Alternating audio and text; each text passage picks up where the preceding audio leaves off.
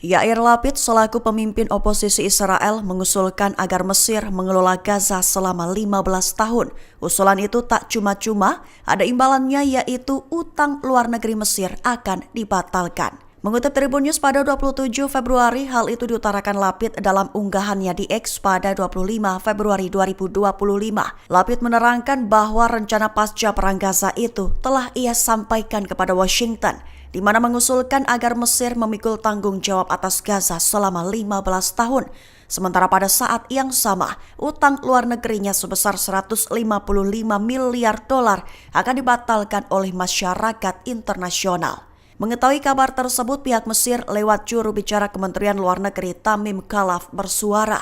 Dia memberikan penolakan atas usulan Lapid tersebut dengan menganggapnya sebagai tak dapat diterima. Gagasan Lapid dari pihak Israel disebutnya sebagai gagasan yang menyimpang dari pendirian Mesir dan Arab tentang Gaza. Adapun pernyataan itu dilontarkan sehari setelah pemimpin oposisi Israel Yair Lapid melontarkan gagasan tersebut. Hamas disebut telah mengatur ulang barisan menjadi unit-unit tempur baru. Bahkan juga diklaim belum memakai semua kekuatannya selama perang di jalur Gaza. Mengutip Tribun News dan Yediot Ahronot pada 27 Februari, hal itu diutarakan oleh seorang pejabat Israel dan sumber IDF pada Selasa 25 Februari dengan tanpa disebutkan namanya. Dilaporkan bahwa Hamas di jalur Gaza telah mengatur ulang barisan mereka menjadi unit tempur baru. Menyebut bahwa ribuan pejuang Hamas masih ada di lokasi pertempuran dan tidak meninggalkan jalur Gaza Utara. Selain itu, Hamas juga diklaimnya belum mengerahkan kekuatan penuh sebanyak 30.000 tentaranya selama pertempuran sebelumnya. Laporan juga menjelaskan bahwa Hamas yang juga memiliki sayap militer itu telah mempelajari pelajaran dasar dari operasi militer darat Israel sebelumnya. Sumber-sumber militer IDF mengatakan bahwa selama masa gencatan senjata, Hamas mendapatkan kembali kendali atas lembaga-lembaga sipil, mulai membangun kembali sistem perpajakan untuk membiayai gaji para anggotanya dan menggunakan pemerintahan sipil untuk membangun kembali kekuatan militer dan ekonominya.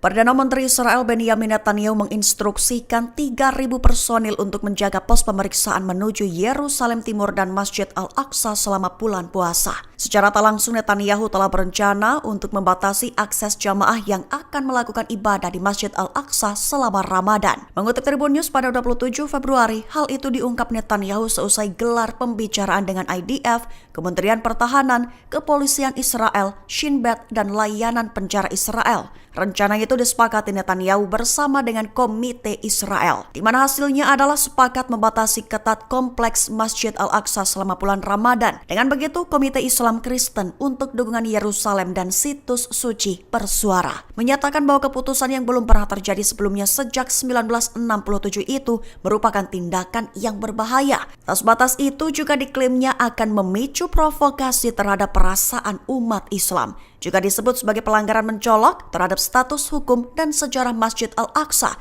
serta penahbisan kendali Israel atas tempat suci. Sebagai informasi, Anadolu melaporkan bahwa selama pembatasan berlaku, hanya 10.000 warga Palestina yang diizinkan. Pemberian izin hanya akan disetujui jika otoritas negara itu memberikan persetujuan.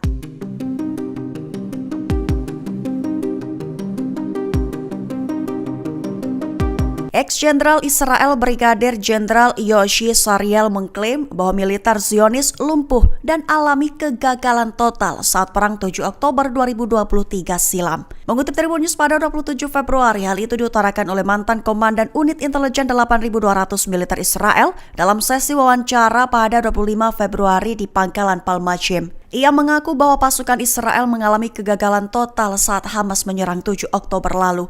Bahkan Yoshi Sariel menyebut militer Zionis itu telah lumpuh.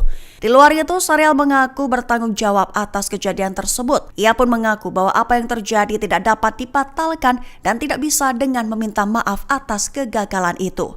Sariel juga melontarkan kritikan keras terhadap mantan Kepala Staf Israel Herzi Halevi dengan menyatakan bahwa meski banyak warga sipil dan personel keamanan bergerak sebagai respons terhadap serangan, militer tetap tidak bergerak. Sariel menyimpulkan bahwa peristiwa 7 Oktober bukanlah insiden yang berdiri sendiri, tetapi merupakan tanda kegagalan struktural yang mendalam dalam militer Israel.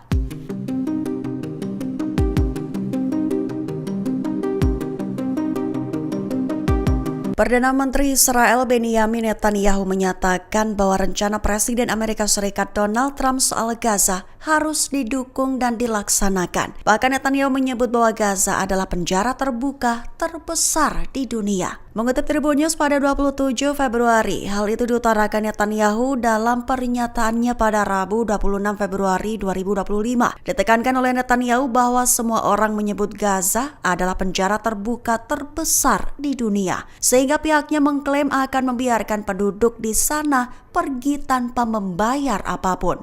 Netanyahu menyebut bahwa rencana itu bertujuan untuk memberikan kebebasan kepada penduduk jalur Gaza untuk meninggalkan tanahnya. Mengingat bahwa tujuan utama Israel adalah melenyapkan Hamas, memulangkan para tahanan, dan memastikan bahwa jalur Gaza tidak akan menjadi ancaman bagi negara tersebut di masa mendatang. Seraya bahwa Israel berupaya mengubah wajah Timur Tengah.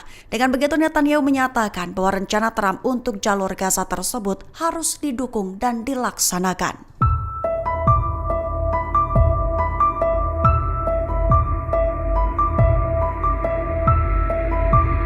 Herzi Halevi menegaskan bahwa kekuatan militer Mesir akan menjadi kekhawatiran bagi Israel, menyebut bahwa Mesir memiliki persenjataan yang canggih dan kekuatan yang besar. Mengutip Al-Mayadin pada 27 Februari, hal itu diutarakan oleh Halevi dalam wawancara dengan Channel 14 Israel beberapa waktu lalu.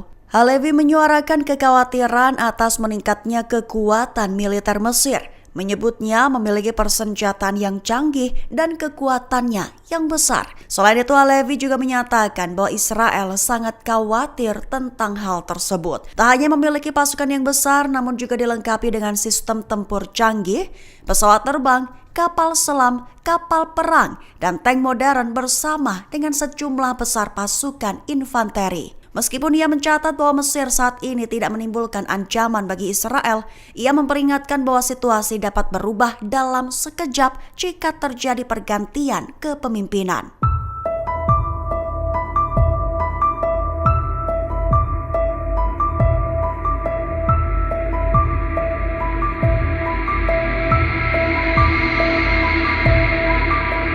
Puluhan sandera Palestina yang dibebaskan pada Kamis 27 Februari disambut di Ramallah. Di sisi lain, Hamas menyerahkan keempat jenazah sandera tanpa upacara dan jauh dari media. Mengutip Palestine Chronicle pada 27 Februari, hal itu terlihat dari video yang dibagikan dalam Telegram Al-Quds pada 27 Februari 2025.